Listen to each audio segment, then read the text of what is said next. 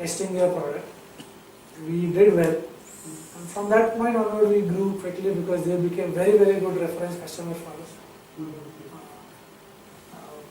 I mean, many things happened. We were ready to take risk. There, Ryan Wong, the Chinese guy, was ready to take risk on us.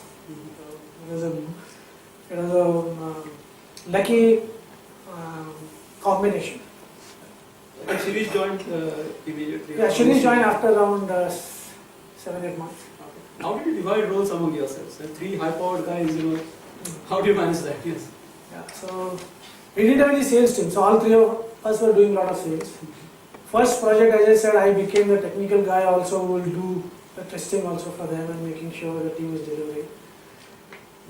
Next big project that we got, again that turned out to be eventually a very good thing for us. That company got, the day they got their funding, they were in storage and we all came from storage. They gave us work. So Hemant became technical head of that. So for some time it was like that. I was technical head of one group, Hemant was technical head of another group. Shirish will do purely management. Though because he has stopped doing any technical work for quite some time.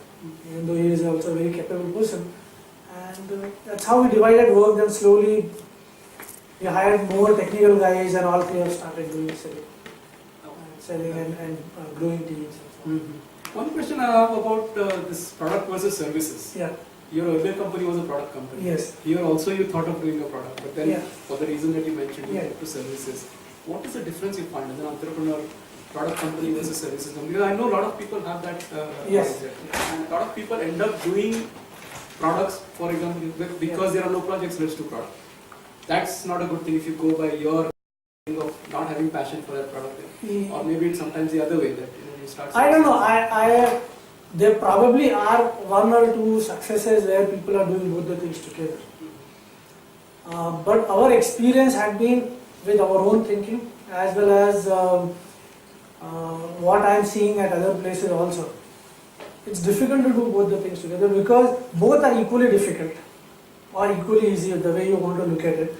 But both are very different sort of businesses. Like in services, you have so much of people management related issue. You need to keep hiring people and you need to hire so quickly that you cannot afford to be very picky.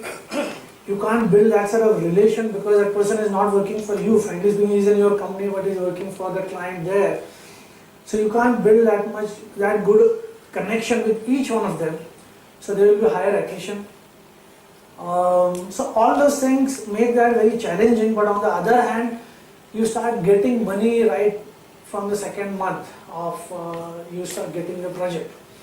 While in a product company, you get money after you start making money after maybe 2 years or 1.5 2 years when you start selling the product. Product is ready and you're selling it. So those two things are very different.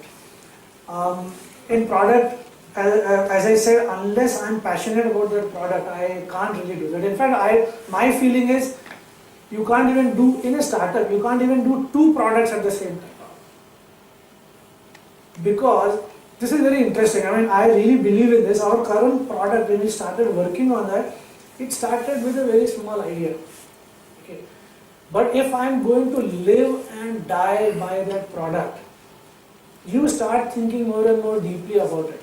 Okay. Initially, our idea was we were so worried about our IP, and it actually happens, incidentally, that we were not even putting all our sales stock on our website. Okay. Because there was a competitor that we felt, and we could see that most of the things that we put in our website, after 2 months, it will appear exactly as it is on their website, sometimes without any change also.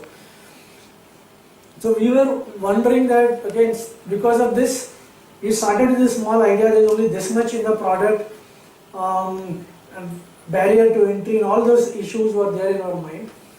But since you are living and dying by just that one single product, you think more and more deeply, and now our product has evolved so much that I am not bothered about. In fact, this is the first time that we will have a free download, free registry sort of version also. About the current company. Current company. So No, why I came here is just because I wanted to tell you this thing that since you work so closely in that product, you develop insight that others can't have who are just sitting outside. Okay. So similarly, if I'm in services and I'm doing product, if there is a trouble with this product, there is an issue, I might end up taking the easier option of, okay, let's keep this aside, let me just grow that services business for the time being. And I've seen that happening at so many places. And you will not really day in and day night, day and night you will not really think about that product, how do I make it better. And unless you think that way, you can't really make a differentiator in your product. So definitely very big difference between the two.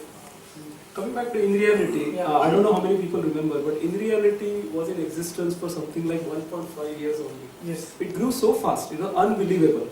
From 0 to about 150 people Yes. in 1.5 years, and then they got acquired. You got acquired by Singularity. Actually 16 months. 16 months.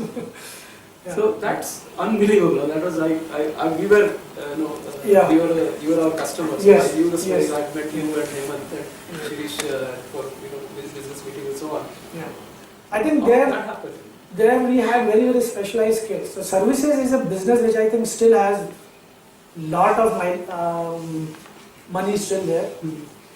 And we were able to grow quickly because we had very specialized skills to start with, which was storage and enterprise software.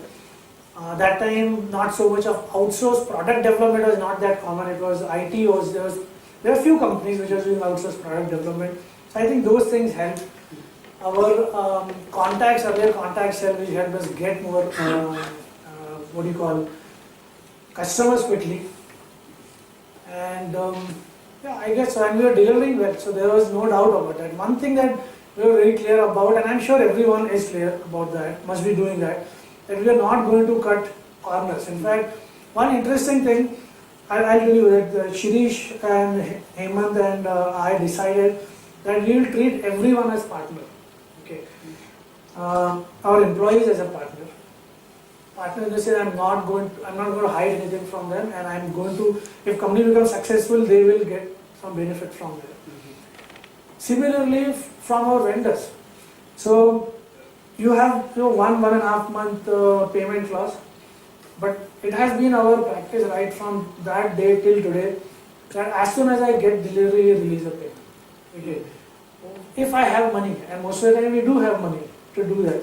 So the relationship became so good that supposing, it did happen that a project came and we needed quickly some 50, 60, because storage meant a lot of hardware also for testing and so on. So we needed 50 computers and there was no money immediately to buy that.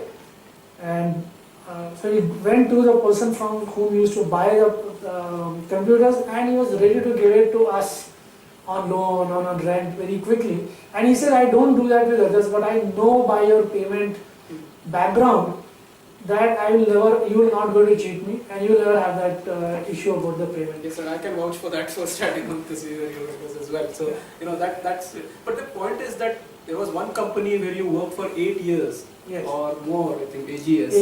And refused all these different offers and so on, and let the company wind down. Okay. On the other hand, there is this company which you sold off in 1.16 months. Yes. Could you have held back more for more time? Probably we could have, but there are two things. There's no doubt that it was a good offer. But second, and equally important, if not more, point was that when you're growing that quickly, cash flow becomes an issue. We know that so much money is going to come, but how do you hire another 100 people? When we got acquired 150 people, we had 90 open positions. So how am I going to hire those 90 people? Where am I going to seat them? We need a bigger building, put them and so on. So how do you get that money? So all those things, and we definitely didn't want to stifle our company just because we wanted to hold on to it. So it was actually a difficult decision. Ultimately, we did make some money also out of that, but it was a difficult decision to make. So in the end, we said, let's do this. One, fact, believe it or not, of InReality was not a single person left. Yes. Not a single person 0% left. attrition. 0% attrition. In the current company also. We have actually just lost one person in 5 years. Okay, sir.